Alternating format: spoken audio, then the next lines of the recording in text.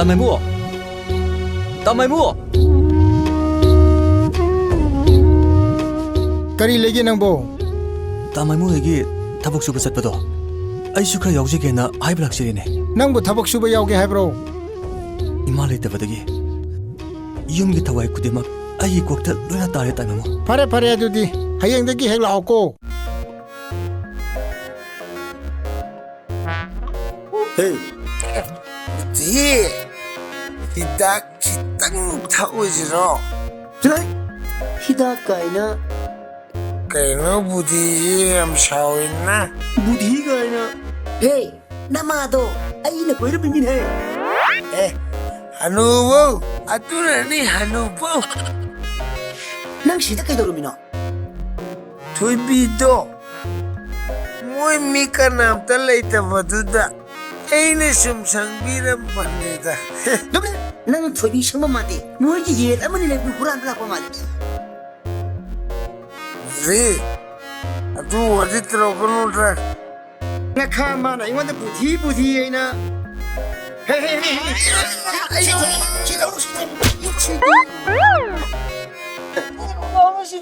Hanu bai ku kau ne.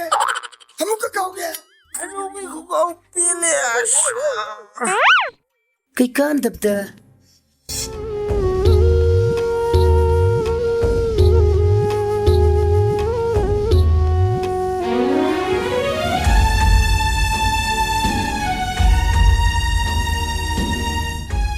Kai jaga jang lai. Thoibi! Thoibi!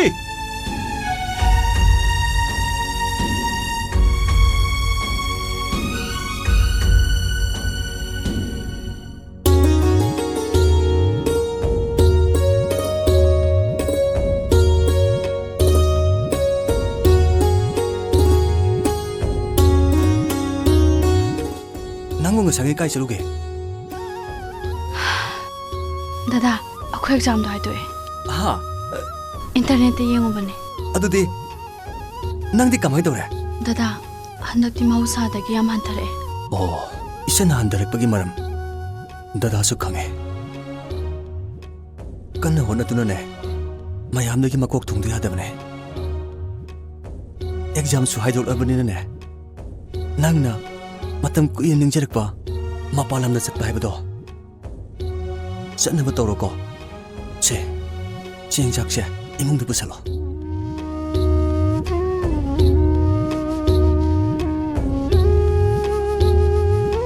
Dada, ai lari makha tamaroge. Ha, nang larik makhatam na roiba. Hoi dada, ai lari tam to oge. Nasan, dada no abado. Yeng magam loye. Thoibi, ai nongmata nangonda ware haikrabo. Ngarang ta kaina khibi imhadabo. Nang aduk thuna kawriba karino. Mama mapa leitreba masane haidana. Isinino, mai kai khangdana angawbugum chana khra bro. Dada, kaina na ngai dubo. Imado. Ai khoi khanmada nungaiba mache amata phangdana mapunsi loikibana. Ima pabung adigi thawaina laire baktuda ingna chikna lejanaba. Imana pamjaramba achauba officer haibado nang oidaba yadabte ko thoibi. Dada, Aina haisine nang ima pabung adigi ningma thungadabane. pare dada. Ima pabung anigi ning bathuna na ba. Mabungi itak pama chalai bado. Ayo rege dada. Thoibi adumna karegi ninganarino mase mabung nabagi tokpam thokane. Parase ahanbagi sensibu kayam changni haige. Dada, rent fee yo, admission yo, chathok chasinga pulap na lupa 50,000 muk changani hai. Lishing yangkai. Hai, kenda kaluno. Mm. Nabung na loina panabusin gane. Pare. Sakto, tong na tawro. Chaswa.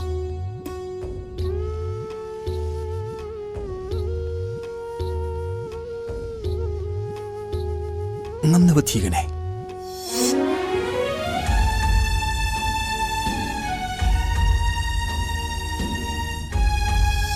ꯅꯨꯃꯤꯠ ꯇꯥꯔꯦ ꯃꯤ ꯅꯪꯕꯨ ꯆꯠꯂꯁꯤ ꯃꯤ ꯇꯥꯃꯥꯏꯃꯣ ꯉꯥꯛꯇꯪ ꯌꯦꯡꯁꯤꯗ ꯃꯝꯖꯤꯜꯂꯦ ꯅꯪꯕꯨ ꯃꯤ ꯑꯝꯇ ꯂꯥꯛꯔꯣꯏ ꯍꯥꯏꯕꯅꯤ ꯑꯗꯨꯗꯤ ꯑꯩ ꯆꯠꯂꯝꯃꯒꯦꯀꯣ ꯍꯣꯏ ꯇꯥꯃꯥꯏꯃꯣ ꯅꯪꯁꯨ ꯀꯨꯏꯔꯅꯨ ꯂꯥꯛꯑꯣ ꯂꯥꯛꯑꯣ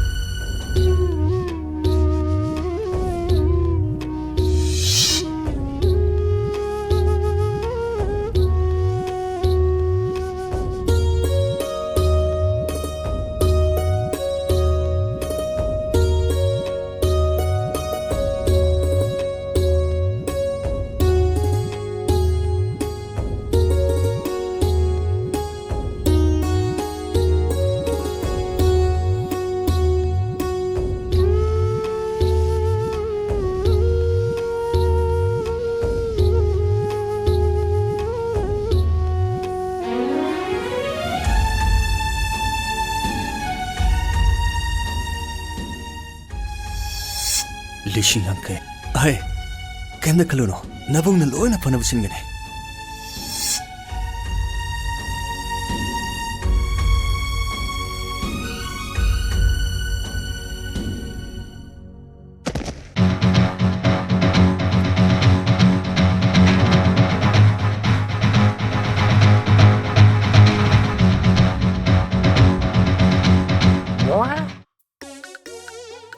ngasi ra ming loin jinit ke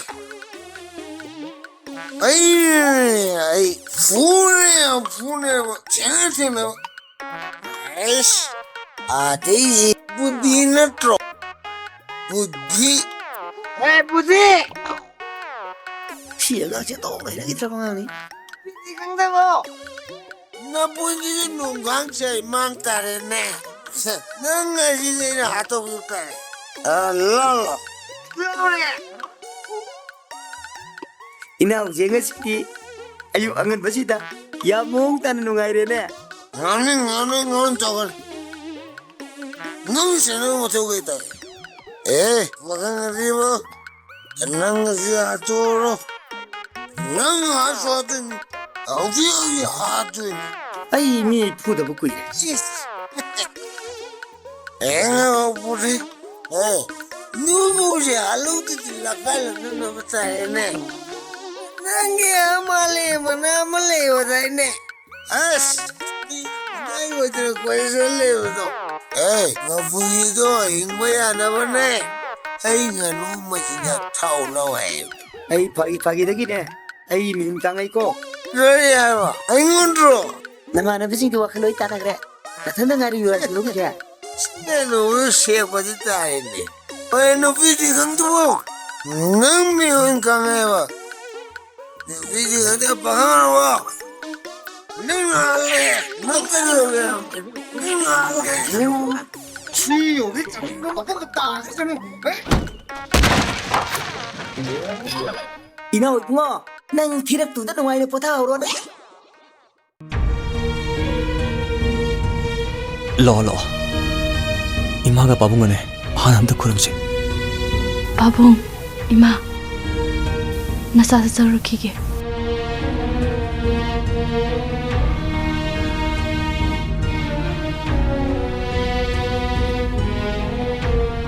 다다 야래 낭네 나꼭 보고 싶거노 아이 미람도다 직신을 내유고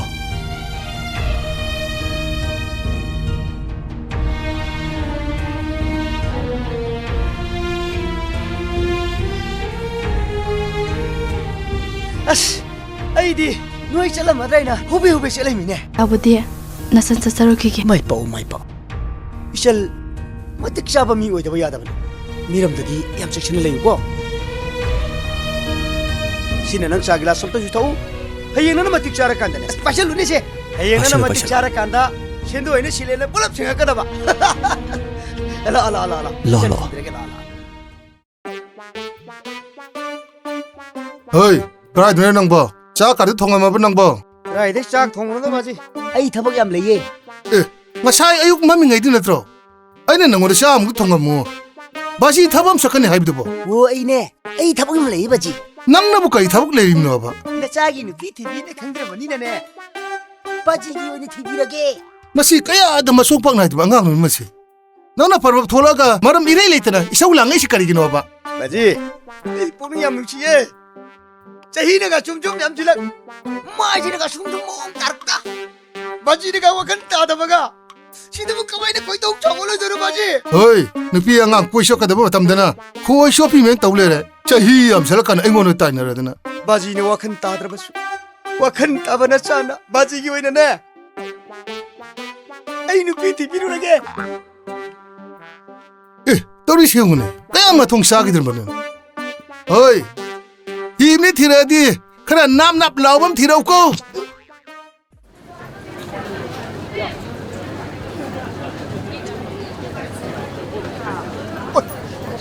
살레 나오이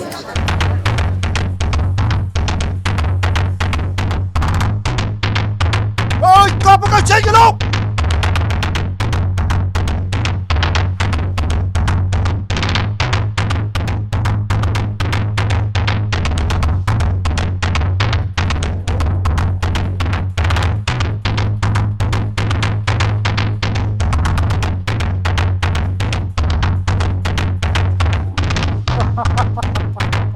우람버디 따라니 와부기디 노마 나시디 노마도 에서이 거부기 그때 따라봐 어이 너무 다글어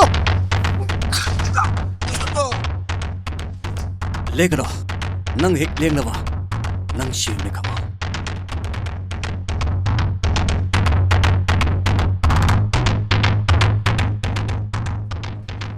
내 양반은 파기 더블했는 거 너만이 그만 먹이는 거 아니 나 파기 더블했니 나 양반 한 그만 먹이는 거 너만이 없게 그만 먹이는 거 ꯁꯥꯔ ꯅꯪꯗꯤ ꯃꯤꯇꯥꯏꯁꯤ ꯂꯦꯡꯕ ꯑꯣꯏꯅ ꯎꯔꯕ꯭ꯔꯥ ꯅꯌꯥꯝꯕ ꯂꯦꯡꯗꯤꯌꯦ ꯀꯩꯅꯣ ꯇꯧꯕꯤꯔꯤꯁꯤꯕꯨ ꯁꯥꯔ ꯁꯥꯔ ꯑꯩꯈꯣꯏꯅꯤ ꯁꯥꯔ ꯅꯣꯏ ꯀꯩ ꯆꯠꯂꯨꯏ ꯅꯣꯏ ꯀꯩ ꯆꯠꯂꯨꯒꯦ ꯁꯥꯔ ꯍꯨꯔꯥꯟꯕꯗꯨ ꯐꯅ ꯀꯟꯅ ꯇꯥꯟꯅꯖꯕꯅꯦ ꯁꯥꯔ ꯁꯥꯔ ꯀꯗꯣꯝꯗ ꯆꯦꯟꯈ꯭ꯔꯕꯅꯣ ꯊꯤꯕ ꯈꯪꯗ꯭ꯔꯦ ꯁꯥꯔ ꯍꯨꯔꯥꯟꯕꯅ ꯃꯈꯥꯔꯣꯝꯗ ꯆꯦꯟꯈ꯭ꯔꯒ ꯅꯈꯣꯏꯅ ꯑꯋꯥꯡꯂꯣꯝꯗ ꯇꯥꯟꯅꯔꯗꯤ ꯅꯣꯏ ꯀꯥꯏꯗꯒꯤ ꯐꯪꯒꯅꯤ ꯀꯃꯥꯏꯅ ꯇꯧꯕꯤꯔꯨꯁꯦ ꯁꯥꯔ ꯃꯇꯨꯡ ꯃꯅꯥꯎ ꯃꯊꯣꯡ ꯃꯔꯝ ꯈꯪꯗꯅ ꯍꯨꯔꯥꯟꯕꯒ ꯇꯥꯟꯅꯔꯨ ꯌꯥꯄꯣꯠꯇꯦꯀꯣ ꯑꯔꯦꯝꯕꯗꯅꯦ ꯑꯩꯈꯣꯏ ꯊꯋꯥꯏ ꯃꯥꯡꯗꯅ ꯇꯧꯔꯕꯅꯤ ꯆꯠꯂꯣꯁꯦ ꯆꯣ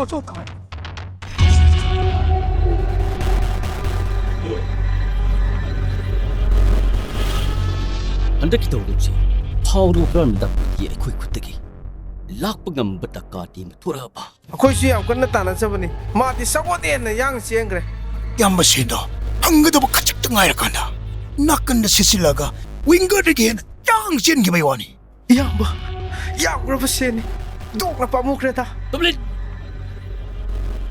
ꯑꯩ ꯍꯧꯖꯤꯛ ꯍꯩꯁꯤꯡꯕ ꯗꯀꯥꯇꯤꯗꯣ ꯀꯅꯥꯅꯣ ꯈꯪꯕ ꯄꯥꯝꯃꯤ ꯊꯋꯥꯏ ꯈꯨꯕꯥꯛꯇ ꯍꯥꯞꯇꯨꯅ ꯇꯥꯜꯂꯛꯈꯤꯕ ꯏꯔꯅꯤ ꯃꯥꯡꯈꯤꯕ ꯈꯛ ꯌꯥꯔꯣꯏ ꯃꯥꯕꯨ ꯍꯦꯛ ꯐꯪꯕ ꯅꯨꯃꯤꯠ ꯈꯨꯗꯛꯇ ꯂꯣꯏꯁꯤꯟꯒꯗꯕꯅꯤ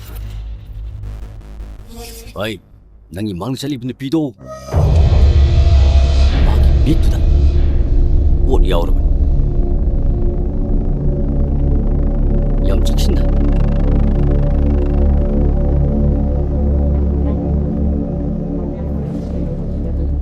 Agora liguei. Queria pegar aqui.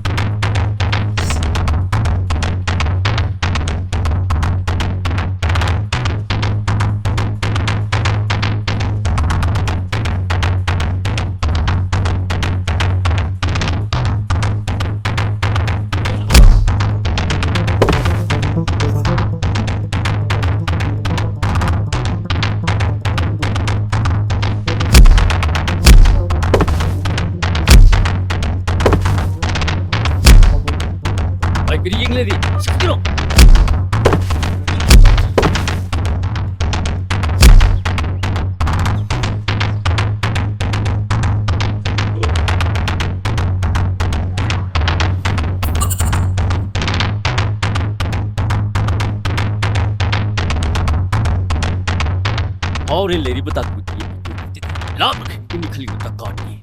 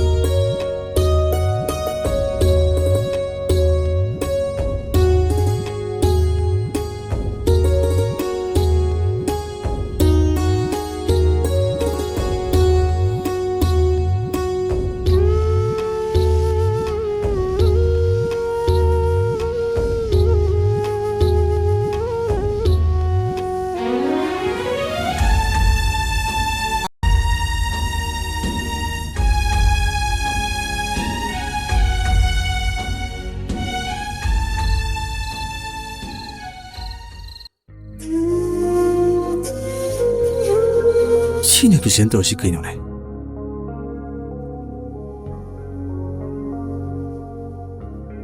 그이도 여러게. 왜 이러는 시고?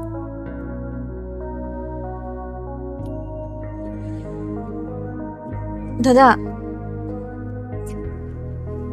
낭부 아탱그시 그나가이로. yaradi ibungi manaw phawda thinbiramo. hꯧꯖꯤꯛꯇꯤ ꯒꯥꯔꯤ ꯁꯨꯝꯇ ꯆꯦꯟꯗ꯭ꯔꯦ. ꯍꯌꯦꯡ ꯑꯣꯏꯅ ꯆꯠꯂꯣꯗꯅ. Ay yumdadi changaron.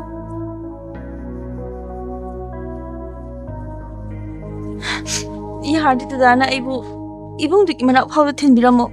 ꯅꯪꯅ ꯑꯗꯨ ꯌꯥꯝ ꯊꯃꯣꯏ ꯀꯥꯏꯅ ꯂꯩꯔꯝꯃꯤꯗꯨꯕꯨ ꯅꯪꯕꯨ ꯀꯩꯗꯧꯕ ꯌꯥꯎꯒꯦ? Imana aibu marupki sen khar lawso haiduna chatlubane.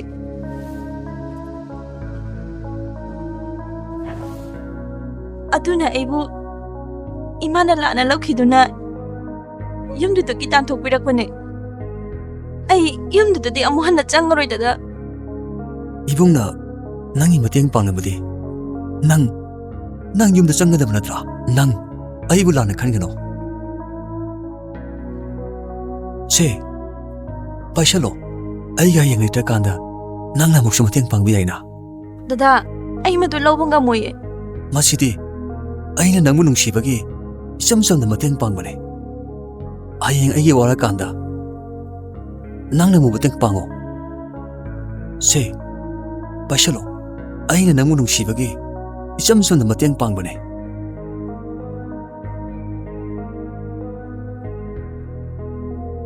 ꯍꯧꯖꯤꯛ ꯃꯊꯦꯡꯁꯤꯗ ꯅꯨꯄꯤ ꯃꯆꯥ ꯅꯪꯅ ꯅꯊꯟꯗ ꯂꯩꯕ ꯍꯥꯏꯕꯁꯦ ꯌꯥꯝꯅ ꯈꯨꯗꯣꯡꯊꯤꯅꯤꯡꯉꯥꯏꯅꯦ. ꯂꯥꯛꯑꯣ, ꯗꯗꯥ ꯅꯪꯕꯨ ꯌꯨꯝ ꯐꯥꯎꯕ ꯊꯤꯜꯂꯝꯒꯦ. ꯂꯥꯛꯑꯣ, ꯂꯥꯛꯑꯣ.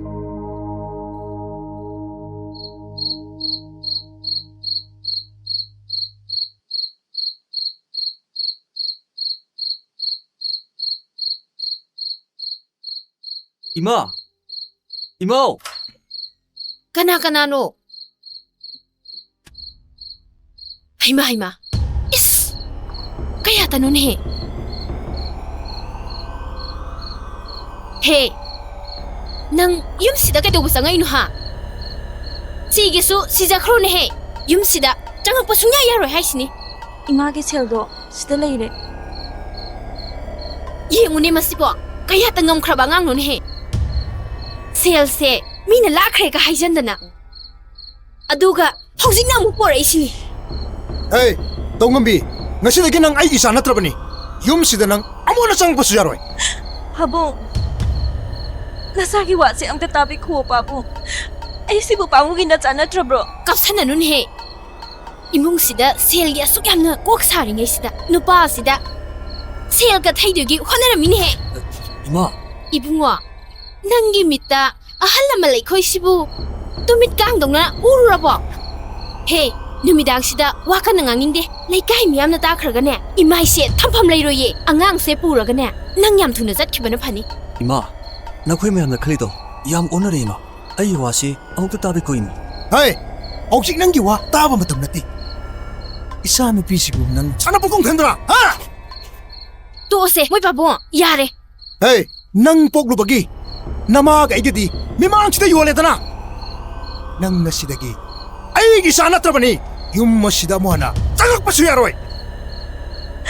ꯆꯝꯂꯕ ꯅꯆꯥ ꯑꯩꯉꯣꯟꯗ ꯅꯈꯣꯏꯅ ꯈꯜꯂꯤ ꯋꯥꯈꯜꯗꯣ ꯀꯩꯅꯣ ꯕꯥꯕꯨ? ꯀꯌꯥꯗ ꯇꯧ ꯉꯝꯈ꯭ꯔꯕ ꯑꯉꯥꯡꯅꯣꯅꯦ ꯁꯤꯕꯣ ꯃꯣꯏ ꯄꯥꯕꯣ ꯃꯈꯣꯏꯒ ꯑꯣꯟꯖꯟꯅꯗꯅ ꯀꯥꯟꯅꯕ ꯅꯠꯇꯦ ꯁꯦ ꯏꯃꯨꯡ ꯆꯪꯁꯤꯁꯦ Mapa ay malay na lay. Numidang sida. Nupaan ha ka pusiladana. Hey, no yam tuna sak. Yam tuna sak ko salo.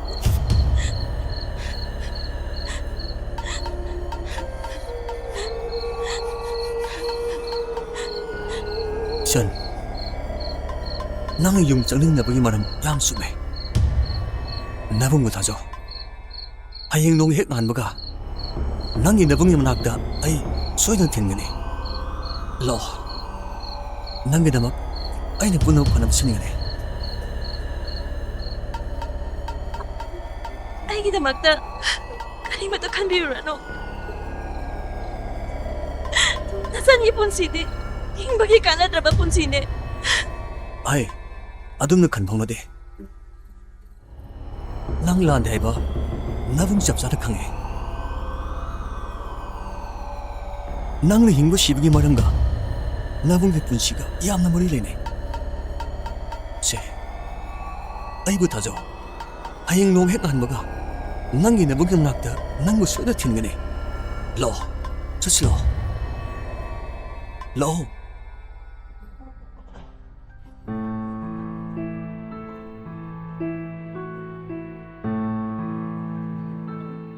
Ai, malem.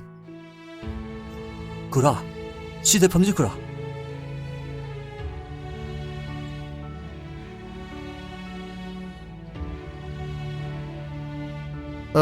Kuradi, pa 혹시 hawjita butariне.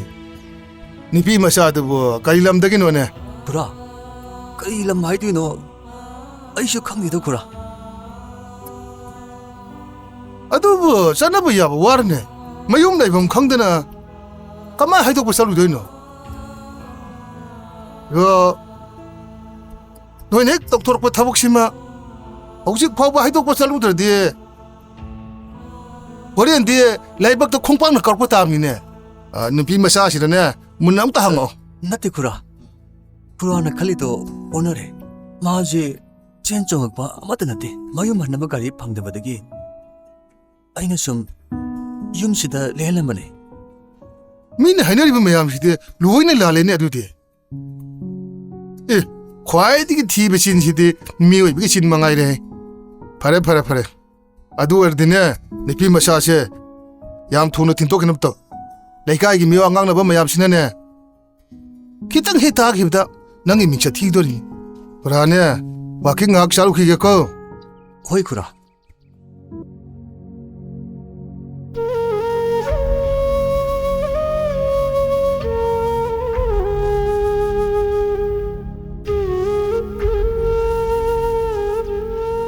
로이라보 사나바 독시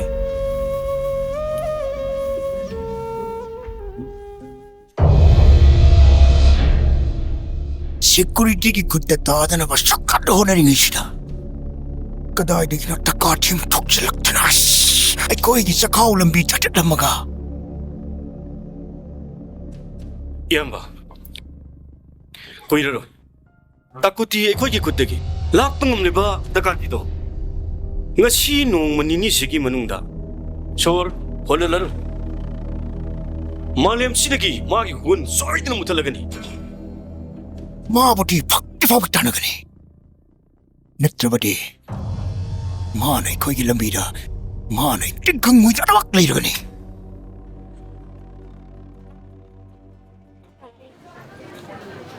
ꯅꯣꯏ ꯅꯕꯨꯡꯒꯤ ꯋꯥꯛꯁꯣꯞ ꯍꯥꯏꯗꯨꯕꯨ ꯀꯌꯥꯝ ꯋꯥꯠꯂꯤꯒꯦ ꯑꯁꯤꯗ ꯂꯩꯔꯦ ꯗꯗꯥ ꯑꯁꯤ ꯑꯣꯏꯔꯗꯤ ꯅꯪ ꯑꯗꯨꯝ ꯆꯪꯈ꯭ꯔꯣꯀꯣ ꯗꯗꯥꯁꯨ ꯑꯩꯒꯤꯗꯃꯛꯇ ꯄꯨꯡꯋꯥ ꯋꯥꯕꯤꯔꯦ ꯗꯗꯥꯒꯤ ꯇꯧꯕꯤꯃꯟ ꯅꯆꯟꯅ ꯄꯨꯟꯁꯤ ꯆꯨꯞꯄꯒꯤ ꯀꯥꯎꯖꯔꯣ ꯑꯗꯨꯝꯅ ꯈꯜꯂꯦꯕ ꯀꯔꯤꯒꯤꯅꯣ ꯏꯆꯟꯅ ꯋꯥꯕꯗ ꯑꯩꯅ ꯃꯇꯦꯡ ꯄꯥꯡꯉꯤꯁꯦ ꯃꯇꯤꯛ ꯆꯥꯗꯕꯅꯤ ꯇꯥꯏꯕꯪ ꯃꯄꯨꯅꯕꯨ ꯊꯧꯖꯥꯟꯕꯤꯔꯕꯗꯤ ꯅꯣꯡꯃ ꯏꯆꯟꯒꯤ ꯑꯋꯥꯕꯗ ꯁꯤꯗꯒꯤ ꯍꯦꯟꯅ ꯆꯥꯎꯕ ꯃꯇꯦꯡꯁꯨ ꯄꯥꯡꯕ ꯉꯝꯃꯣꯏꯖꯒꯦ ꯑꯩꯅ ꯄꯥꯈꯠꯂꯤꯕꯗꯤ ꯃꯍꯧꯁꯥꯒꯤ ꯈꯣꯡꯆꯠ ꯀꯥꯏꯔꯕ ꯏꯆꯟꯒꯤ ꯄꯨꯟꯁꯤꯗꯨꯕꯨꯅꯤ ꯌꯥꯔꯦ ꯇꯣꯛꯑꯣ ꯐꯔꯦꯁꯦ ꯀꯩꯝꯇ ꯈꯜꯂꯨꯔꯅꯨ ꯅꯪꯒꯤ ꯗꯗꯥꯒꯤ ꯃꯅꯥꯛꯇ ꯆꯪꯉꯨꯀꯣ ꯆꯪ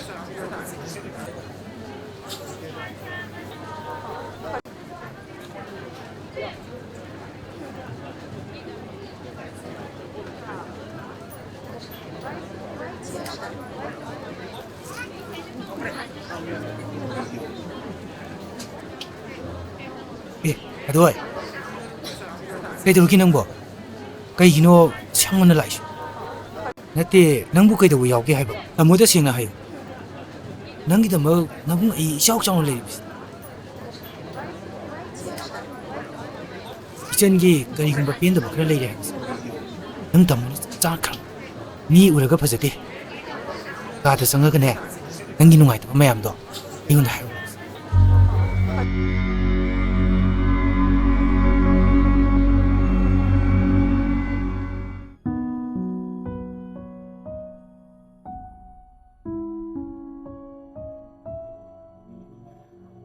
ꯉꯥꯏꯈꯣꯅꯦ ꯃꯃꯥ ꯊꯥꯗꯣꯏꯗꯨꯕꯨ ꯑꯁ꯭ꯋꯥꯏꯐꯥꯎꯗꯪ ꯊꯤꯔꯨꯕꯅ ꯐꯔꯣꯏꯗ꯭ꯔꯅꯦ ꯑꯣ ꯌꯥꯔꯦ ꯃꯊꯣꯡ ꯆꯥꯗꯕꯤ ꯃꯥꯒꯤꯗꯃꯛꯇ ꯊꯤꯔꯨꯗꯅ ꯀꯔꯤ ꯀꯥꯟꯅꯗꯣꯏꯅꯣ ꯁꯤꯒꯤꯁꯨ ꯁꯤꯖꯈ꯭ꯔꯁꯅꯨ ꯇꯧ ꯉꯝꯕꯤ ꯃꯥꯒꯤ ꯍꯥꯛꯇꯛꯇ ꯏꯃꯥꯏꯒꯥꯁꯦ ꯃꯤ ꯃꯃꯥꯡꯗ ꯊꯝꯐꯝ ꯂꯩꯇ꯭ꯔꯦꯗꯅ ꯅꯨꯃꯤꯗꯥꯡꯗꯨꯗ ꯅꯨꯄꯥ ꯅꯍꯥꯗꯨꯒ ꯀꯣꯏꯆꯠ ꯆꯠꯇꯅ ꯂꯩꯔꯕꯅꯤꯅ ꯎꯍꯧꯕ ꯃꯤꯁꯤꯡꯁꯤꯅ ꯉꯥꯡꯅꯕꯗ ꯑꯩꯗꯤ ꯃꯄꯥꯟꯒ ꯊꯣꯛꯄ ꯉꯝꯗ꯭ꯔꯦ ꯈꯪꯗ꯭ꯔꯦꯗ ꯑꯣ ꯀꯥꯁꯤ ꯉꯥꯎꯈꯠꯂꯛꯄꯒꯨꯝꯕ ꯑꯃ ꯇꯧꯈꯠꯂꯛꯏ ꯉꯥꯎꯔꯛꯈꯤꯅꯤꯌꯦ ꯈꯤꯇꯪꯇ ꯅꯠꯇꯦ ꯎꯔꯨ ꯉꯥꯎꯔꯛꯈꯤꯅꯤ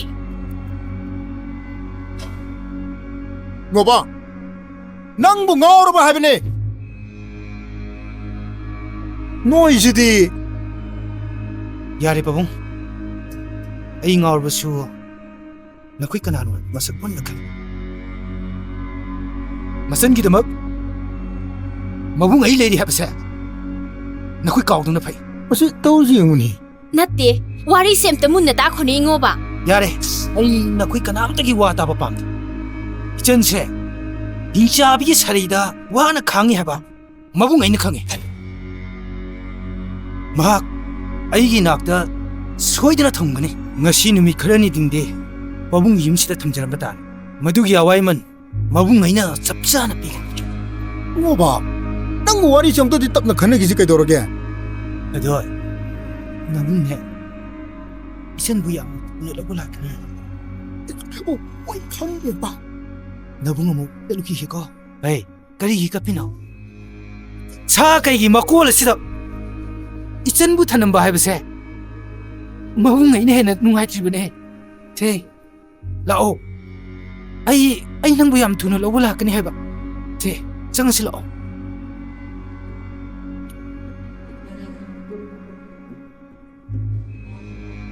그리금바 아이 선치나 마미뜨기 맛비 핵다 할라바 마마 마빠 하파 마사니 하이게 하이쳤으노 아이 누에니보 렘나 각타로 마시 영웅이 나때 낭부 가람바 마빠노 마사 아마나 아속 티는 앙아파오 또미나 숨레이션 막시야 아이코다 또미나 레이션 마나티니 마마 마나 얌나 사오버두다 그당 감진나버니 그이도르게 낭보 오 아두나디 나꾸뚜다 가락가바 낭주 아잉원다디 에케 마루나 깝실럭버시 망아 끼엔까보 보이바 까다까다까다 똑실레이바 나사인가이디 우투비 사드나 뚝타드나 레이냐 오 마두 앙앙도 미혼 나마 와라 해바 아이슈 칸게 우뚝나가 타로 아이 시로이드로 아이 시라가 랑 야우비가드로 ꯃꯉꯣꯟꯗ ꯎꯇꯨꯞꯅ ꯊꯥꯔꯒ ꯑꯩ ꯌꯥꯎꯕꯤꯒꯗ꯭ꯔꯅꯦ ꯌꯥꯎꯕꯤꯔꯣꯏꯅꯦ ꯀꯌꯥꯇ ꯃꯄꯨꯔꯣꯏꯕ ꯅꯤꯡꯈ꯭ꯔꯕ ꯅꯨꯄꯤꯅꯣꯅꯁꯦ ꯃꯥꯅ ꯈꯜꯂꯤꯕꯨ 누파 아이코이디 제이 사바시 나다비 모옹이네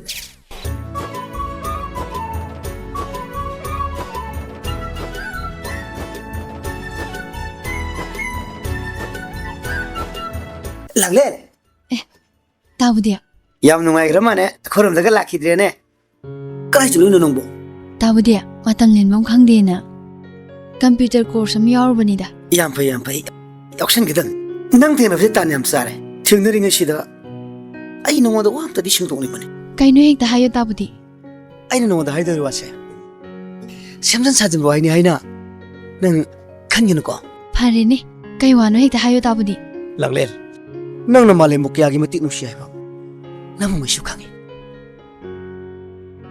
ꯂꯥꯏꯔꯕ ꯍꯥꯏꯕ ꯄꯜꯗꯨꯅ ꯊꯠꯈꯤꯕꯅ ꯃꯥꯂꯦꯝꯒꯤ ꯁꯦꯡꯂꯕ ꯊꯃꯣꯏꯗꯣ ꯅꯪꯅ ꯎꯕ ꯉꯝꯈꯤꯗꯕ ꯅꯪꯅꯗꯤ ꯃꯥꯂꯦꯝꯕꯨ ꯅꯥꯄꯟ ꯆꯥꯎꯕ ꯑꯣꯏꯅ ꯎꯔꯝꯕ ꯌꯥꯏ ꯅꯪ ꯀꯩꯗꯧꯉꯩꯗ ꯃꯥꯂꯦꯝꯕꯨ ꯑꯗꯨꯝꯅ खनगनुको ताबुदिया नचनी पुसिदा कनागुमा मतबु वारोखिबा लेते इचलगी थमोइदी तसेंग थांबनी नखोय अनिगी मरक्ता समजिन्नपम कंगना लरिबा नुसी लंगलादो नंग ताबुदिना सोइदना समजिन्गन फरे ताबुदी अदो नोंग मतांग साबदा अमुक थेंगनरसे या अथु मतमदा याम थुन देन्स अदुदी नबुम चलुकिएको होय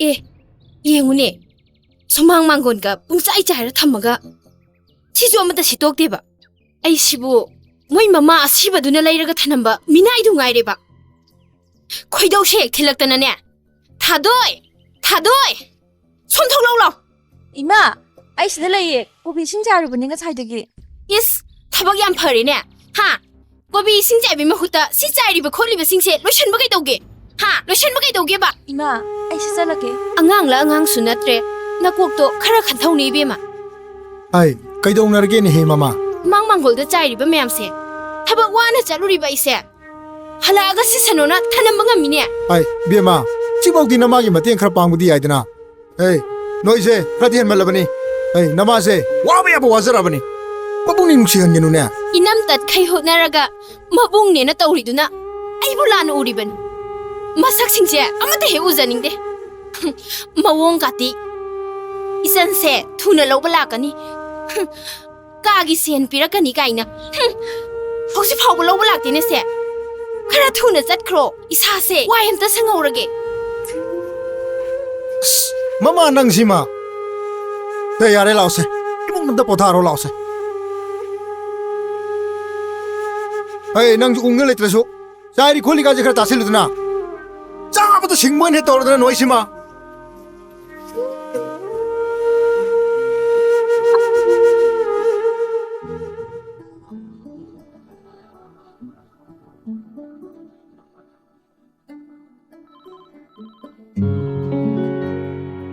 बेबी नंगो कई लेरगे अखोइगी बीए गे रोब सेमेस्टर दो हाइदोए याम वांगना लाए अदुने फोन अबे लेबे यादे मखादी कमाई तोक्तारे दादा कॉम्पिटिटिव एग्जाम सुम थारगे येंगिंगे याय योक्सिन गदोबनी अदु दादा सब्जेक्ट अमनी दी कोचिंग तौनिंगी अदुबु सेल याम चंगनी तौरगुमसिदा हाय अदुम करिगे खत सेनगिदे बक्तदी नंग दा लेसिदी अदु सरपुदी नंगना पामिबा पादमदो फंगना कन्ना होरगदोबनी दादा नंग नचलैगी होनबदा वाबना खामथेगमनिको हाय करिगे अदुम खलिबनो दादा याम नंगाई लेरिए नंगना नबोंग शिबगी कनि खनबने दादा नंगे साबु कनाना तुमबिगे इने तुमबिना हे गाबे फरेसे नंग अवाबा वाखन पखन खनबे यादे दादा तसेंगना नंगाई ले याइसिने नोंमा इसना असोबा मी मोरे कांदा एखन नंगाई ले दोसिने होनबगे थौना मासे अमता हनबे यादे को थम होय दादा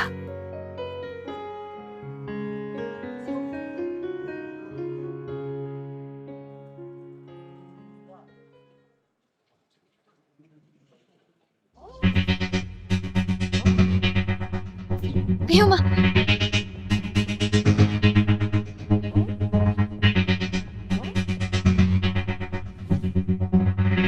ꯇꯥꯀꯧꯕꯤ ꯂꯥꯡꯂꯦꯟ ꯅꯪꯕꯨ ꯀꯗꯥꯏ ꯆꯠꯂꯨꯏꯅꯣ ꯇꯥꯀꯧꯕꯤ ꯏꯟꯁꯥꯡ ꯅꯥꯄꯤ ꯈꯔ ꯂꯩꯔꯨꯕꯅꯦ ꯑꯗꯣ ꯀꯩꯒꯤꯅꯣ ꯌꯥꯝ ꯀꯟꯖꯦꯜꯂꯛꯏꯗꯨꯕꯣ ꯂꯥꯡꯂꯦꯟ ꯃꯤꯒꯤ ꯃꯄꯣꯠ ꯆꯩ ꯍꯨꯔꯥꯟ ꯆꯤꯟꯊꯤ ꯇꯧꯕ ꯅꯨꯄꯥ ꯑꯃꯈꯛ ꯁꯣꯝꯗ ꯆꯦꯟꯈꯤꯕ ꯅꯪ ꯎꯍꯧꯕ꯭ꯔꯣ ꯇꯥꯀꯧꯕꯤ ꯁꯣꯝꯗꯗꯤ ꯀꯅꯥꯝ ꯆꯦꯟꯈꯤꯗꯤꯌꯦ ꯑꯣ ꯎꯍꯧꯗꯦꯕ ꯁꯥꯔ ꯍꯧꯖꯤꯛꯇ ꯁꯣꯝꯗ ꯆꯦꯟꯈ꯭ꯔꯕꯅꯤ ꯁꯥꯔ ꯃꯆꯤꯟ ꯊꯤꯔꯤꯅꯤ ꯁꯥꯔ ꯍꯩ ꯆꯠꯂꯣ ꯍꯩ ꯆꯠꯊꯣꯛ ꯅꯪꯅ ꯀꯔꯤ ꯈꯪꯒꯗꯅ ꯍꯣꯏ ꯀꯩꯗꯧꯅꯨꯡꯗꯅꯦ ꯑꯩꯈꯣꯏ ꯂꯥꯡꯂꯦꯟ ꯑꯩꯉꯣꯟꯗꯅꯦ ꯃꯆꯤꯟ ꯊꯤꯒꯗꯧꯕ ꯅꯠꯇꯦ ꯑꯣꯖꯥ ꯁꯥꯔꯗꯅ ꯃꯁꯤꯃ ꯂꯥꯡꯂꯦꯟ ꯅꯪ ꯁꯥꯎꯅꯨꯀꯣ ꯂꯥꯡꯂꯦꯟ ꯅꯪꯕꯨ ꯀꯃꯥꯏ ꯇꯧꯔꯤꯒꯦ ꯈꯪꯗꯦꯗ ꯇꯥꯀꯧꯕꯤ ꯄꯪꯂꯩ ꯂꯩꯔꯤ ꯍꯥꯏꯗꯨꯅꯤ ꯑꯩꯁꯨ ꯃꯤꯡꯕꯨꯗꯤ ꯑꯦꯁꯥꯏ ꯀꯧꯕꯤꯗꯅ ꯁꯦꯀꯥ ꯀꯥꯏꯅ ꯆꯠꯂꯕꯅꯦ ꯑꯗꯨꯗ ꯅꯨꯡꯁꯤ ꯅꯤꯉꯣꯜꯒꯤ ꯃꯇꯥꯡꯁꯤꯗꯤ ꯍꯣꯇ꯭ꯔꯣꯡ ꯍꯣꯗ꯭ꯔ ꯂꯩꯔꯤꯗ ꯌꯥꯝ ꯄꯛꯆꯗꯦꯗ ꯇꯥꯀꯧꯕꯤ ꯂꯥꯡꯂꯦꯟ ꯅꯪꯅꯗꯤ ꯄꯛꯆꯗꯦ ꯍꯥꯏꯔꯤꯕ ꯅꯨꯡꯁꯤ ꯅꯤꯉꯣꯜꯒꯤ ꯃꯇꯥꯡꯁꯤꯗꯤ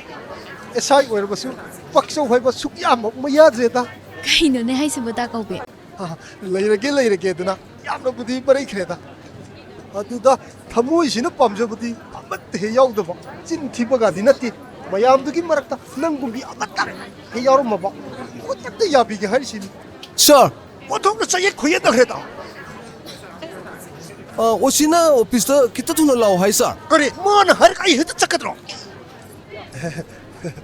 ꯀꯩꯅꯣꯅꯤ ꯂꯥꯡꯂꯦꯟ ꯑꯣꯁꯤ ꯍꯥꯏꯕꯁꯤ ꯀꯩꯁꯨ ꯅꯠꯇꯦ ꯑꯩꯒꯤꯁꯤꯗꯅꯦ ꯁꯤꯇꯥꯔ ꯑꯃ ꯀꯤꯂꯥꯎ ꯅꯝꯁꯟꯈ꯭ꯔꯒ ꯂꯣꯏꯔꯦ ꯅꯞꯀꯗꯧꯕꯁꯨ ꯀꯨꯏꯗ꯭ꯔꯕꯅꯦ ꯅꯣ ꯂꯥꯡꯂꯦꯟ ꯃꯥꯗꯤ ꯌꯥꯝ ꯀꯞꯀꯟꯕꯅꯦꯕ ꯑꯩ ꯑꯝꯇ ꯆꯠꯄꯤꯔꯨꯒꯦ ꯅꯠꯇ꯭ꯔꯗꯤ ꯅꯨꯡꯉꯥꯏꯔꯔꯣꯏꯕ ꯍꯣꯏ ꯇꯥꯀꯧꯕꯤ ꯌꯧꯕꯤꯔꯨꯔꯣ ꯀꯞꯇꯅꯕ ꯅꯣ ꯂꯥꯡꯂꯦꯟ 이반이 와리 암나이리 해 와리 암나이리 거 셀루 기계 어쩔라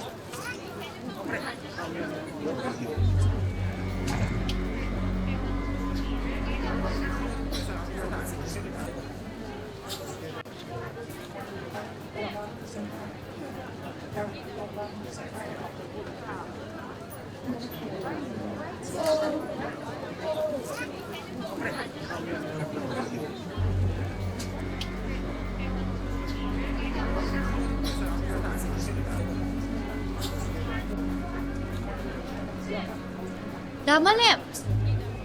Damalem!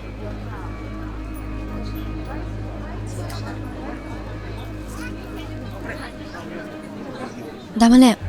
ꯂꯥꯡꯂꯦꯟ ꯅꯪ ꯇꯧꯏꯁꯦ ꯀꯩꯅꯣ? ꯑꯩꯕꯨ ꯀꯩꯗꯧꯔꯒꯦ? ꯑꯩꯅ ꯅꯪ ꯊꯤꯔꯛꯏꯁꯦ ꯌꯥꯝ ꯀꯨꯏꯔꯕꯅꯤ. ꯀꯩ ꯂꯩꯔꯒꯦ ꯂꯥꯡꯂꯦꯟ? Damalem! ꯅꯪꯒ ꯑꯩꯒ ꯀꯩꯝꯇ ꯊꯣꯛꯅꯗꯦ ꯍꯥꯏꯕ ꯑꯩꯁꯨ ꯈꯪꯉꯤ. ꯑꯗꯨꯕꯨ ꯁꯛꯈꯪꯅꯔꯨꯕ ꯍꯥꯏꯕꯗꯣ ꯀꯧꯕꯅꯤꯅ ꯑꯩ ꯅꯪꯒꯤ ꯄꯨꯟꯁꯤꯕꯨꯗꯤ ꯌꯥꯝ ꯅꯨꯡꯁꯤ. ꯂꯥꯡꯂꯦꯟ ꯑꯁꯦꯡꯕꯩꯅꯤ Damalem. ꯅꯪꯒꯤ ꯑꯋꯥꯕꯗ ꯑꯩꯁꯨ ꯁꯣꯏꯗꯅ ꯃꯇꯦꯡ ꯄꯥꯡꯒꯅꯤ. ꯑꯗꯨꯕꯨ ꯅꯪꯅ ꯇꯧꯔꯤꯕ ꯊꯕꯛꯇꯣ ꯑꯗꯨꯃꯇꯪꯗꯤ ꯑꯩ ꯊꯥꯗꯣꯛꯍꯟꯅꯤꯡꯉꯤ. ꯃꯗꯨꯅ ꯃꯤꯌꯥꯝ ꯃꯃꯥꯡꯗ ꯅꯪꯒꯤ ꯄꯨꯟꯁꯤꯗ ꯐꯖꯕ ꯃꯥꯏꯕꯗꯣ ꯀꯩꯁꯨ ꯑꯣꯏꯔꯣꯏ. ꯂꯥꯡꯂꯦꯟ ꯂꯥꯏꯔꯕꯒꯤ ꯄꯨꯟꯁꯤꯅꯕꯨ ꯀꯔꯤꯗ ꯐꯖꯐꯝ ꯂꯩꯔꯨꯅꯤ? ꯃꯗꯨꯃꯛꯅꯅꯦ ꯑꯩꯅ ꯃꯇꯝ ꯑꯃꯗ ꯅꯪꯉꯣꯟꯗ ꯍꯥꯏꯈꯤꯕꯗꯣ. ꯑꯩꯒ ꯄꯨꯟꯕ ꯍꯥꯏꯕꯁꯦ ꯅꯪꯒꯤ ꯐꯖꯐꯝ ꯂꯩꯔꯣꯏ. Damalem, ꯅꯪꯅ ꯈꯪꯗꯕ ꯈꯔ ꯂꯩꯔꯤ. ꯑꯩ ꯏꯉꯥꯎ ꯉꯥꯎꯅ ꯍꯧꯔꯛꯂꯕꯁꯨ ꯊꯃꯣꯏꯗꯤ ꯑꯅꯤꯁꯨꯅ ꯂꯣꯡꯗꯕ ꯃꯤꯁꯛꯅꯤ. ꯃꯗꯨꯃꯛꯅꯅꯤ ꯑꯩ ꯉꯁꯤ ꯐꯥꯎꯕ ꯅꯪꯕꯨ ꯀꯥꯎꯕ ꯉꯝꯗ꯭ꯔꯤꯕꯅꯤ. ꯂꯥꯡꯂꯦꯟ ꯀꯩꯁꯨ ꯂꯩꯇꯕ ꯁꯦꯜ ꯈꯔꯒꯤꯗꯃꯛ ꯅꯁꯥꯅ ꯅꯁꯥꯒꯤ ꯅꯃꯥꯏꯗ ꯑꯃꯨꯕ ꯇꯦꯡꯉꯥꯂꯤ ꯇꯩꯁꯪꯉꯦ ꯈꯟꯒꯅꯨ Damalem. ꯀꯔꯤꯁꯨ ꯂꯩꯇ꯭ꯔꯕꯁꯦ ꯀꯔꯤꯁꯨ ꯂꯩꯇ꯭ꯔꯕꯁꯦ ꯁꯦꯟ ꯈꯔꯗꯨꯅꯅꯦ ꯑꯩꯒꯤ ꯅꯨꯡꯁꯤꯔꯕꯤ ꯏꯃꯥꯗꯣ ꯃꯆꯥ ꯑꯩꯈꯣꯏꯒ ꯀꯥꯏꯅꯈꯤꯕ. ꯂꯥꯡꯂꯦꯟ ꯑꯩꯒꯤ ꯄꯨꯟꯁꯤꯗꯤ ꯍꯤꯡꯕ ꯁꯤꯕꯒꯤ ꯈꯦꯟꯅꯕ ꯀꯔꯤꯁꯨ ꯂꯩꯇꯦ. ꯄꯥꯟꯗꯝ ꯑꯃꯒꯤꯗꯃꯛ ꯊꯥꯡꯂꯤꯕꯒꯤ ꯈꯣꯡꯊꯥꯡꯁꯦ ꯐꯖꯐꯝ ꯂꯩꯇꯦ ꯍꯥꯏꯗꯨꯅ ꯅꯪ ꯑꯩꯕꯨ ꯑꯣꯏꯔꯒꯅꯨ. Damalem! Malem!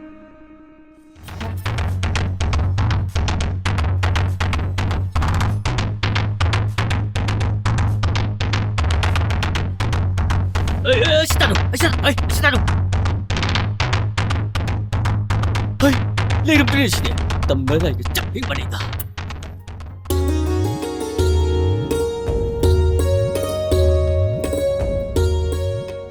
Tabudia, Ay, Len. Kanya ang tazadana. Tabudia, ay nang warim sana nindana laini. Tabudiga ting naba yam tanjare. Kari wari sajay. Tabudia, malim hoibokta ang ta chapminok siba. Salubo budi ay po. Madi yung dalir mo nilang Len. Tabudia, mani yum tadoga kay dawrino haibase. Ay muna khangi. Mayam phattaba mi haibado. Oi dawri Tabudi. Nang halsibo, malim kay taroge. Tabudia, ay ni sidala isa. Ay na mabu thamoy sengna nungsirubaine. Aduna ay magi punsibudi achumba lambi apurakpa pame. Nang nahining ito, nang kita budi da, may aksyon na ayo. Malim po, kay taroge. Tabudia, male mahausa na atre. Ma mingi mapot machehuran ba yam phattaba mi haibdo oire. Lang Len. Ay na haise aseng bane Tabudi. Ay gi imit magna ne mana tawbo punamak to ay urabane Tabudi. Ay shu, mabu sinaba kuira ba nilang Len. Mabu, aduk hak na lalaro si. Tabudia, kaino nang haidubo Lang Len. migi mapot machehuran ba haibasibu phana khanba chungmadrane. Lang Len. Inaw malim do. Awa anagi polum pubada. Apabana karino. Phattabana karino. Ma kanpham kangamaro. Nang aina mabudi lan logum si. Tabudia, nang na hainingi do nachala ingonda mayek sengna khangalo. Lang Len. Ingaw ngaw jabo inaw gi punsida. Imung gi madi. Masal gi mai tamna bagidam. Yamla basen pham kaya gi polum pubada. Inaw do. Natar tablambida soidna khongdaram ba yai. Tabudia, pumnamak oidunasu aigi iphamdadi mado tohoidaba khongthangni. Aikhoi myam jangduna mabongtadi kanse Tabudi. Aise ahuba kananadi tawngambinena soidana hairamgani. Nachaldi minamba haibdo karino masa khangdi. Phare Tabudi, malindo aikhoi puna wari sanamine naba ongta tausi. Tabudina khara thuna ongta sinbiro. Adudi ai muk chalukhi ko.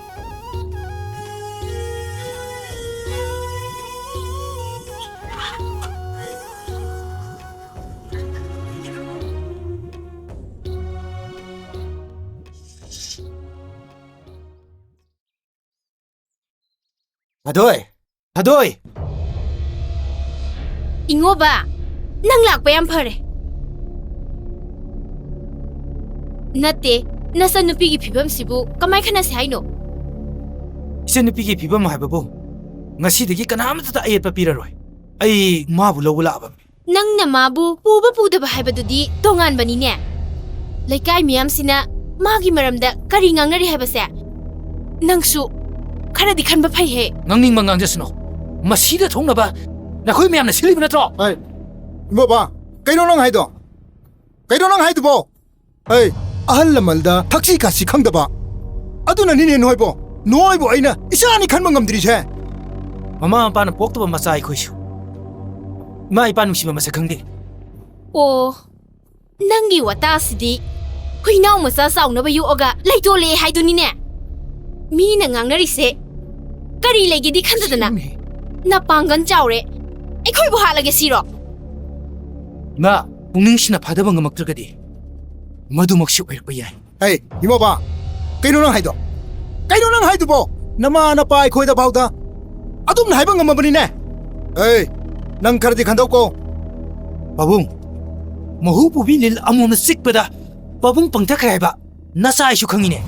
Babung, mapa masagi nungsi siyan. Aram na kaina ki habado. Unsibo amtang hangkana yembi baba. Tamo, yare tuo. Oh, noi mayamgi mawong sidi. Ayunda loi lalhan bay mawong ni ne. Hey mo ba? Nang na pamisi kaino. Hey, nang na pamisi kaino habane. Ay apamba kasuliti babung. Ay gi hababo. Masa magi pangmam to ko chakthum. Chapchana talakidre. Bema, jaslo.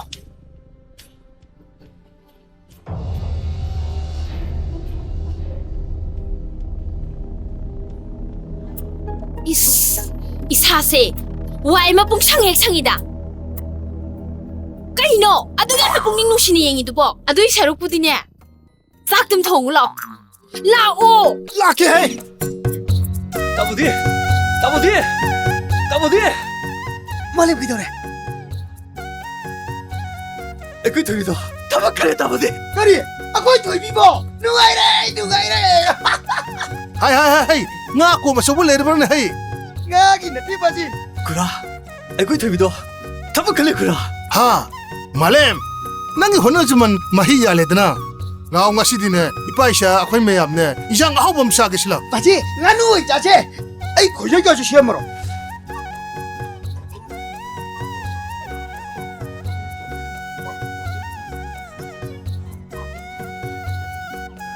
ꯂꯝ ꯇꯨꯒꯁꯦ ꯇꯣꯡꯅꯥꯅ ꯁꯦꯡꯉꯝꯈ꯭ꯔꯦꯗ 따부디 ꯌꯥꯝ ꯃꯣꯠꯃꯟꯈ꯭ꯔꯦꯅ ꯈꯔ ꯁꯦꯡꯉꯝꯕꯅꯦ ꯌꯥꯏ ꯌꯥꯏ ꯌꯥꯏ ꯑꯗꯣ ꯊꯣꯏꯕꯤꯗꯨꯕꯨ Imphal west posting ꯇꯥꯔꯦꯗꯥꯏꯅꯦ ꯍꯣꯏ 따부디 ꯑꯗꯣ ꯀꯩꯒꯤꯅꯣ ꯃꯥꯅ ꯌꯨꯝꯁꯤ ꯁꯨꯡꯂꯥꯛ ꯂꯥꯛꯇ꯭ꯔꯤꯁꯤꯅ 따부디 ꯑꯩꯈꯣꯏ ꯊꯣꯏꯕꯤꯗꯣ ꯍꯧꯖꯤꯛꯁꯤ ꯊꯕꯛ ꯈꯔ ꯆꯤꯜꯂꯤ ꯃꯥꯅꯦ ꯉꯁꯤ ꯅꯣꯡ ꯅꯤꯅꯤ ꯂꯩꯔꯗꯤ ꯃꯥ ꯌꯨꯝꯁꯦ ꯁꯣꯏꯗꯅ ꯂꯥꯛꯅꯤ ꯍꯥꯏꯔꯛꯑꯦ ꯂꯝ ꯁꯤꯟꯕ ꯋꯥꯏ ꯁꯤꯠꯄꯒ ꯂꯥꯏꯔꯤ ꯍꯌꯦꯡ ꯉꯥꯛꯆꯤꯠ ꯂꯩꯔꯗꯤ ꯅꯣꯏ ꯌꯨꯝꯁꯤ ꯕꯤꯜꯗꯤꯡ ꯀꯥꯞꯍꯜꯂꯛꯑꯒꯦ ꯍꯥꯏꯔꯅꯤꯅꯦ ꯈꯪꯗꯦꯗ 따부디 ꯑꯗꯨ 따부디 ꯑꯩ ꯐꯤꯔꯣꯜꯁꯦ ꯃꯣꯠꯃꯟꯈ꯭ꯔꯦ ꯍꯌꯦꯡ ꯑꯣꯐꯤꯁꯥꯔ ꯑꯃꯒꯤ ꯃꯕꯨꯡꯅꯦ ꯍꯥꯏꯕꯗ ꯑꯩ ꯌꯥꯝ ꯏꯀꯥꯏꯍꯦ 따부디 ꯑꯗꯨ 따부디 ꯍꯌꯦꯡꯁꯤ ꯏꯕꯥꯅꯤ ꯀꯩꯊꯦꯜ ꯆꯠꯂꯒ ꯑꯩꯒꯤ ꯐꯤꯔꯣꯜ ꯈꯛꯇ ꯂꯩꯃꯤꯟꯅꯔꯨꯁꯤꯔꯣ 따부디 ꯂꯩꯔꯨꯁꯤ ꯀꯩꯅꯣ ꯍꯌꯦꯡꯁꯤ ꯑꯩꯈꯣꯏ ꯕꯥꯖꯤꯅꯕꯨꯗꯤ ꯊꯕꯛ ꯑꯃ ꯂꯩ ꯍꯥꯏꯕꯅꯤ ꯑꯗꯨꯔꯥꯏꯕꯅꯤꯗ ꯍꯧꯖꯤꯛꯇꯤ ꯅꯆꯟꯅꯨꯄꯤ ꯑꯆꯧꯕ ꯑꯣꯐꯤꯁꯥꯔ ꯑꯣꯏꯔꯦ ꯑꯗꯣ ꯑꯩꯈꯣꯏꯅꯤꯁꯨ ꯅꯨꯄꯤ ꯊꯤꯅꯕ ꯄ꯭ꯂꯥꯟ ꯑꯃ ꯇꯧꯔꯁꯤꯗ ꯐꯥꯒꯤꯗꯒꯤ ꯑꯩꯗꯤ ꯄꯥꯈꯠꯄ ꯑꯃ ꯌꯥꯎꯔꯦ ꯍꯥꯏꯒꯨꯝꯗ 따부디 ꯃꯗꯨ ꯈꯟꯅꯕꯗꯤ ꯌꯥꯔꯕꯖꯥꯠꯅꯤ ꯈꯟꯅꯕ ꯑꯩꯕꯨ ꯊꯤꯜꯂꯕꯅꯦ ꯄꯣꯛ ꯍꯧꯔꯕꯅꯤꯅꯦ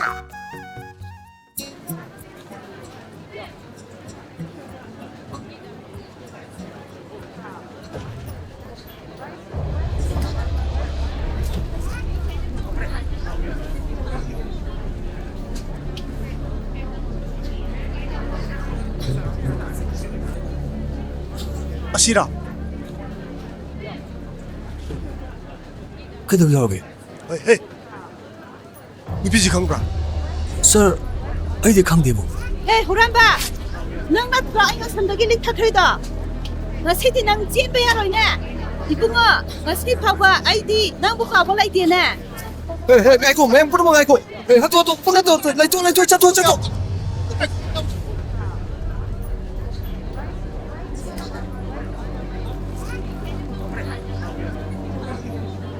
ơi chip tiền không bữa sáng lại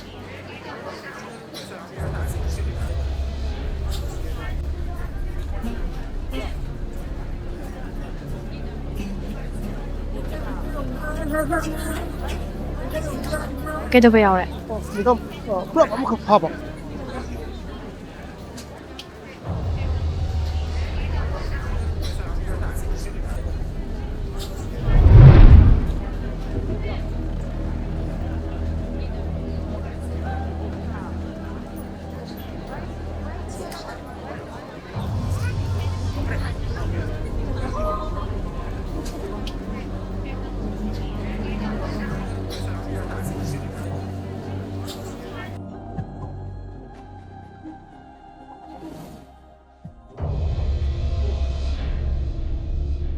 매담 시군바 후란바 신지에 마tung tꯧꯗꯅꯕ ꯆꯩꯔꯥꯛ ꯑꯃꯗꯤ ꯄꯤꯕꯤꯌꯨ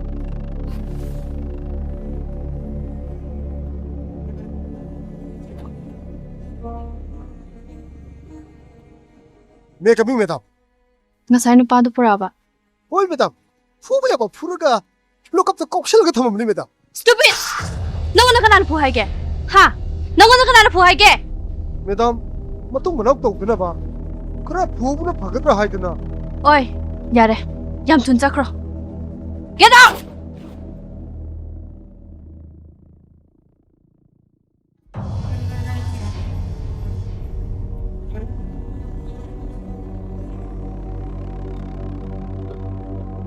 Hajur, Madamna ꯑꯩꯈꯣꯏ ꯁꯥꯔ ꯀꯧꯁꯤꯟꯈ꯭ꯔꯤꯁꯤ ꯔꯤꯋꯥꯔꯗ ꯑꯃꯗꯤ ꯍꯖꯨꯔ ꯁꯣꯏꯗꯅ ꯂꯩꯔꯦꯍꯦ ꯑꯗꯨꯗꯤ ꯑꯩꯈꯣꯏꯒꯤ ꯄ꯭ꯔꯃꯣꯁꯟꯁꯤ ꯆꯥꯟꯁ ꯌꯥꯝꯅ ꯋꯥꯡꯉꯤꯅꯤ. ꯁꯣꯏꯗ꯭ꯔꯕꯅꯤꯅꯦ ꯍꯖꯨꯔ. ꯑꯩꯈꯣꯏ ꯁꯥꯔ ꯂꯥꯛꯑꯦꯅꯦ. ꯁꯥꯔ, ꯑꯩꯈꯣꯏꯒꯤ ꯔꯤꯋꯥꯔꯗꯇꯨꯕꯨ ꯊꯣꯛꯑꯕ꯭ꯔꯥ ꯁꯥꯔ? ꯔꯤꯋꯥꯔꯗ ꯊꯣꯛꯄ ꯀꯥꯏꯅ ꯈꯣꯟꯊꯤ ꯆꯄꯜ ꯑꯃ ꯆꯥꯂꯛꯑꯕꯅꯤꯅꯦ, ꯈꯪꯉꯕ꯭ꯔꯥ? ꯀꯩꯅꯣꯅꯦ ꯍꯥꯏꯔꯤꯁꯤꯕꯨ ꯁꯥꯔ? ꯑꯁꯨꯛ ꯁꯥꯊꯤꯕ ꯍꯨꯔꯥꯟꯕ ꯑꯃ ꯐꯥꯔꯒꯕꯨ ꯁꯥꯔ ꯈꯣꯟꯊꯤ ꯆꯥꯔꯒ ꯊꯣꯛꯂꯛꯑꯦ ꯍꯥꯏꯔꯤꯁꯤꯕꯨ ꯁꯥꯔ? ꯍꯦ, ꯅꯣꯏ ꯈꯛ ꯆꯦꯛꯁꯤꯜꯂꯨ, ꯈꯪꯉꯕ꯭ꯔꯥ? ꯅꯣꯏ ꯈꯛ ꯆꯦꯛꯁꯤꯜꯂꯨ. ꯁꯥꯊꯤꯔꯦ ꯍꯥꯏꯕ ꯀꯃꯥꯟꯗꯣ ꯀꯧꯕꯤ ꯑꯩꯉꯣꯟꯗꯒꯤꯅꯦ. ꯃꯥꯅ ꯁꯥꯊꯤꯕ ꯌꯥꯝꯅ ꯍꯦꯟꯈ꯭ꯔꯕꯖꯥꯠꯅꯤ. ꯑꯗꯨꯕꯨ SI ꯀꯧꯕꯤ ꯑꯩꯉꯣꯟꯗꯗꯤ ꯃꯥꯅ ꯀꯔꯤꯁꯨ ꯇꯧꯕ ꯉꯝꯃꯣꯏ. ꯃꯔꯝꯗꯤ ꯃꯥꯅ ꯍꯥꯏꯕ ꯑꯩꯅ ꯀꯣꯛ ꯌꯥꯕꯤꯔ ꯂꯣꯏꯔꯦ. ꯃꯁꯛ ꯈꯛꯇꯅꯤꯅꯦ ꯊꯣꯠꯂꯤꯕ ꯅꯧꯔꯤꯕ. ꯅꯣꯏ ꯆꯦꯛꯁꯤꯜꯂꯨꯀꯣ, ꯑꯩꯅ ꯍꯥꯏꯔꯤꯁꯤꯅꯤ. ꯑꯁ ꯀꯔꯤꯅꯣꯅꯦ ꯍꯖꯨꯔ? ꯑꯦꯋꯥꯔꯗ ꯐꯪꯒꯅꯦꯅ ꯍꯔꯥꯎꯔꯒ ꯈꯣꯟꯊꯤ ꯑꯣꯏꯅ ꯆꯥꯔꯦ ꯍꯥꯏꯔꯤꯁꯤꯕꯨ?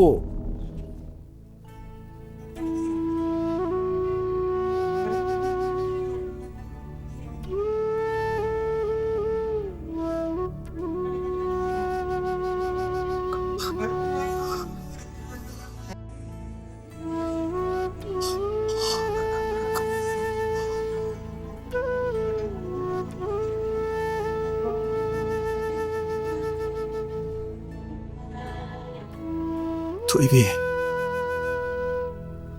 ꯀꯅꯥꯒꯤ ꯊꯣꯏꯕꯤ? ꯃꯤꯅ ꯇꯥꯈ꯭ꯔꯒ ꯅꯪ ꯑꯩ ꯃꯔꯤ ꯊꯣꯛꯅꯕ ꯃꯥꯟꯈꯤꯅꯤ. ꯑꯉꯥꯡ ꯑꯣꯏꯔꯤꯉꯩꯗꯒꯤ ꯅꯪꯒꯤ ꯂꯤꯆꯠ ꯑꯩ ꯃꯨꯟꯅ ꯈꯪꯉꯤ.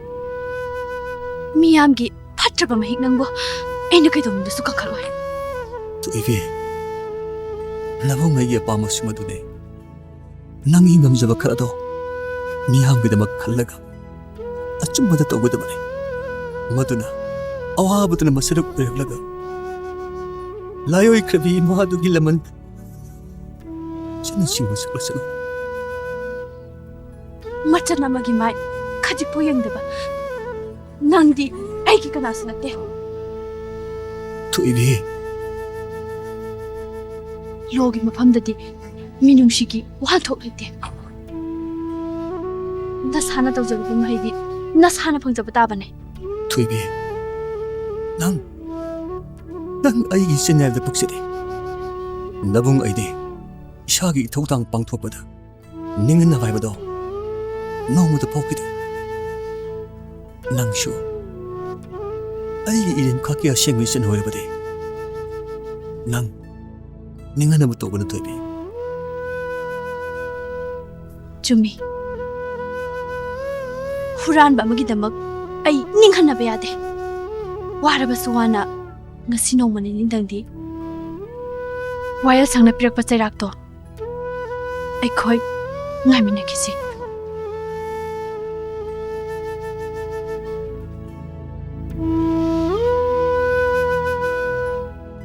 ꯍꯟꯗꯛ ꯑꯩꯈꯣꯏꯅ ꯍꯨꯔꯥꯟꯕ ꯑꯃ ꯐꯥꯔꯒ ꯑꯩꯈꯣꯏ ꯃꯦꯗꯥꯝꯅ ꯑꯩꯉꯣꯟꯗ ꯌꯥꯝꯅ ꯊꯤꯅ ꯉꯥꯡꯈꯤꯕꯗꯣ ꯃꯥꯒ ꯍꯦꯛ ꯄꯣꯛꯃꯤꯟꯅꯕ ꯃꯕꯨꯡ ꯑꯣꯏꯕꯗꯨꯅꯅꯤꯗꯅ. ꯑꯗꯨꯒ ꯃꯥꯅ ꯑꯩꯈꯣꯏꯗ ꯀꯔꯤꯒꯤ ꯈꯪꯍꯟꯗ꯭ꯔꯤ? ꯃꯦꯗꯥꯝꯅ ꯑꯩꯈꯣꯏꯗ ꯃꯥꯒꯤ ꯃꯕꯨꯡꯅꯦꯗꯅ ꯍꯥꯏꯔꯝꯕ ꯇꯥꯔꯕꯗꯤ ꯀꯩꯗꯧꯕꯒꯤ ꯐꯨꯔꯝꯗꯣꯏꯅꯣ? SI ꯀꯧꯕꯤꯁꯨ ꯍꯤꯡꯆꯥꯕꯃꯛꯇꯤ ꯅꯠꯇꯦꯗ.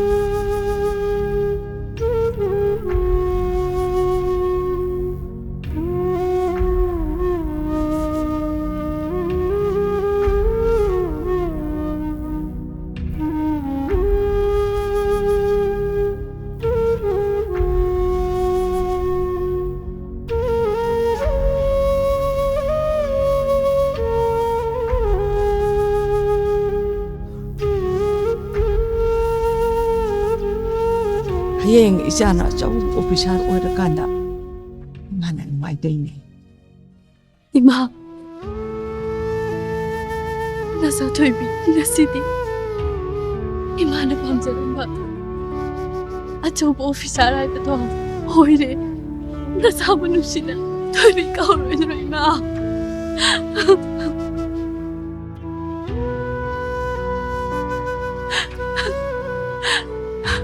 저기 다부디 시안나 무너져버리 마이디 나시디 타니 아도 너무 많이 간다 다부디 마기 와이스 독시다 미기 마망다 이북네 해보파우 이카이제 저기 미기 마pot 후라라가 행가니 칼리바 마디 후란바기 자이락 팡반나타나 가리 팡무니 아이기 팜다 마 아이기 이북 나트라바니 좀 이투비 마 얌fat다 미션 나 굿방나 나 붕도 깝도 하루 아도 토이비 뽕마 뽕고 댕다 말렘 구분 나 붕비 붕망아 보이고 다부디 노마다 빠져봐 보자 아우 뭐 시에나 마차다 보면 라이르 부란 땡나 보다 서루세 안 게임라 보나 붕도 나 타보이 뺀나 락나 그다 보니 그 토이비 다부디 ngasi sendi asawa pisara hai bedo ore to piman chet pa nabung do mi gi mamang ta nabung ni hai bi kai ramani nahak thaki lai kha taraba punchi do nang han ne yengo no toibe chel gi mik chet thi gi ni 다부디 nang gi ta budi dia sum bada jabe nang gumbi achau bi opisara mata boktak bi bi tikna 다부디 나살레시 와kat kayada tieluribano ayak thaki ikai biru kumlaba aina na tagi pamda aina kayada lana lauriba ai hojimok chatuna ibungbu awa pamdagi kandaba yade tabudi चलो तोयबी नबु की नंग Nathan कना लेरी चलो चलो तोयबी madam मालेम की case पंची ले चल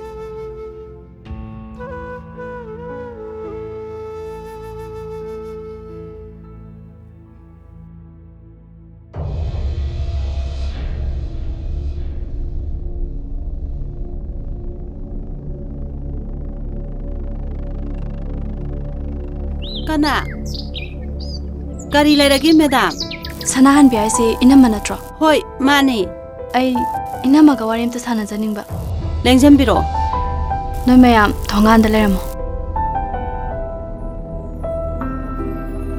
inama ai bishop lingai degi lairik ta thawa yauraki ai khoi gi mung yamna wana horaki awa bagi mathakta ima pabung ani su nauna kainaki ima pabung kanhasu leitraba matung aigi ngasi thakse yauna bahona bada aigi bungna wana hona biraki inama ai ibung kan pame ibung dubu kanna bahona bada ai inama gi mating ni balak jaribane aibu wakhal amata taba ngamdrene amukta mayek sengna haibiyo madam inama aigi bungna Majalaibu mahai masim mapung phana tamanna bonarakpada inamagi ngaksamde likpau thanki huran ma mahakto aigi bungni inama ha kari haiba madam inama khoigi mating yaudana ibungdubu aina kan mangam loidore yaragadi inama khoina case do amukta withdraw tawbiyo ai inamagi sanado soidana singjagani madam adumna haibiganu punama khangudabanani aigi kaisu leitraba sana kharaduna madam gi maman jamlaba punsibu asumna jawalakpasida mateng pangkhibado asimuk pemba leitre inama kari su jingnagano madam madam na haiba pudingma ai harauna jarabani inama gi tawbiman nanau punsigi kaujaro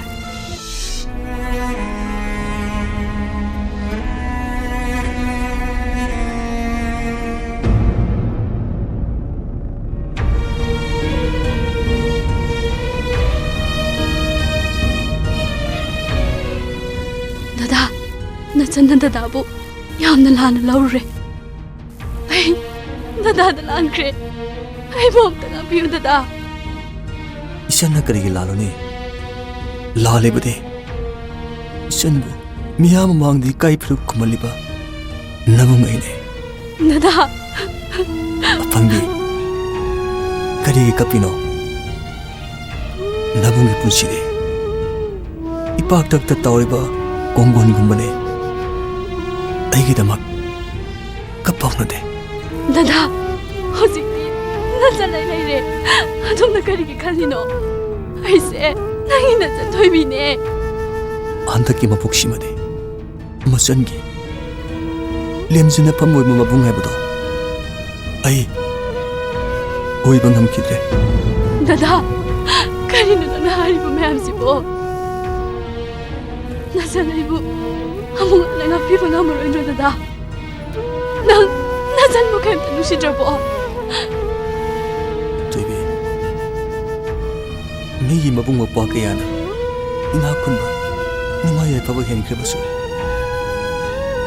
lairaba nabung aigi tamoina sanmu nungsibaside makoina krisu heloge tumbi isandi krisu lande akang kanbe isangi tauna ubada nabung pele manchi lambi chatpada lamuk naruba nabung punsina lanjadra miyoi kayana langjakhibe iran kayano maduki laman minung sigulunina nang asumbada tawko thoibi ꯗꯗꯥ ꯑꯩ ꯀꯩꯗꯧꯅꯨꯡꯗ ꯗꯗꯥꯒꯤ ꯑꯇꯪ ꯍꯤꯛꯇꯣꯛꯂꯣꯏꯌꯦ ꯁꯦ ꯗꯗꯥ ꯍꯣꯁꯄꯤꯇꯥꯜꯐꯥꯎ ꯆꯠꯁꯦ ꯂꯥꯛꯑꯣ nangna pangpa pakachabagi wane dada kisu tawi ꯗꯗꯥ ꯅꯪ ꯅꯆꯟꯕꯨ ꯅꯨꯡꯁꯤ ꯍꯥꯏꯕꯗꯥꯏꯅꯦ ꯅꯆꯟꯕꯨ ꯅꯨꯡꯁꯤꯔꯗꯤ ꯂꯥꯛꯑꯣ ꯍꯣꯁꯄꯤꯇꯥꯜ ꯆꯠꯁꯦ ꯂꯥꯛꯑꯣ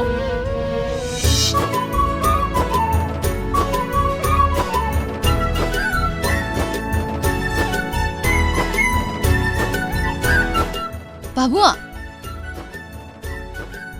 이베마 아이원드란 해 hoi 바보 나자부 강비드라봐 바봉 거이데 아할로 실락거리나 카이노 미가지 카야 마삭 캄드레네 해 아이세 따부디 호이가 양루나 티나자바 마찬싱니 바봉디 강하우드레 난 와로고누고 와롱데다 바보 아도 따부디부 윰데 레기브로 바보 남 따부디디 말리엠 동아시 마센네 피네 윰네 보라니 하이부데기 마수 옥 빠살루니 하이나 토키부터 망아이리 마부 윰데 pu라니바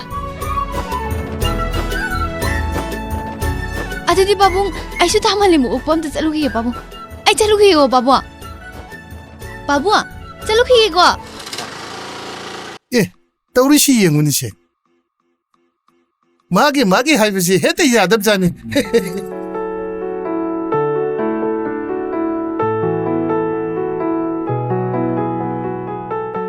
ꯌꯥꯝ ꯅꯨꯡꯉꯥꯏꯖꯔꯦ ꯗꯣꯛꯇꯔ ꯑꯗꯨꯗꯤ ꯇꯥꯕꯨꯗꯤ ꯑꯩꯈꯣꯏ ꯑꯃꯨꯛ ꯆꯠꯂꯁꯦ 밀레브라 밀레브라 kari logi ge bema तामो अनाबना चाबदा याम थुना फदौबा कैकेनो अचाबो खिता पिबियुबा kari ngi na bana sabda yam thuna phaba saposibo ho piragi bem तामो खिता दुबियुबा se bem क्या तारगे तामो sani mer phuta तामो से hey bema shen handa wali sibo asat pi uru chala ni tawi sibo asat pi ni da bema ana betul yam thu ko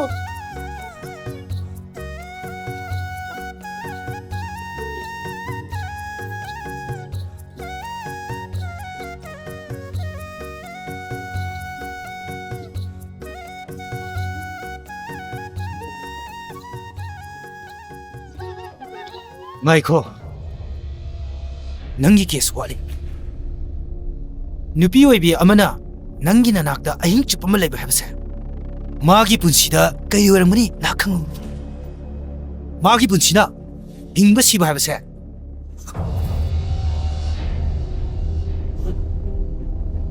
ꯅꯪꯒꯤ ꯅꯈꯨꯠꯇ ꯂꯩ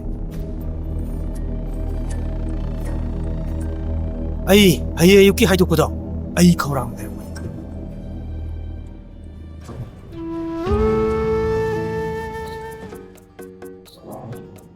ꯇꯥꯕꯨꯗꯤ ꯑꯩ office ꯐꯥꯎꯗ ꯆꯠꯂꯨꯈꯤꯒꯦ ꯌꯨꯝꯗ ꯌꯥꯝ ꯊꯨꯅ ꯂꯥꯛꯀꯦ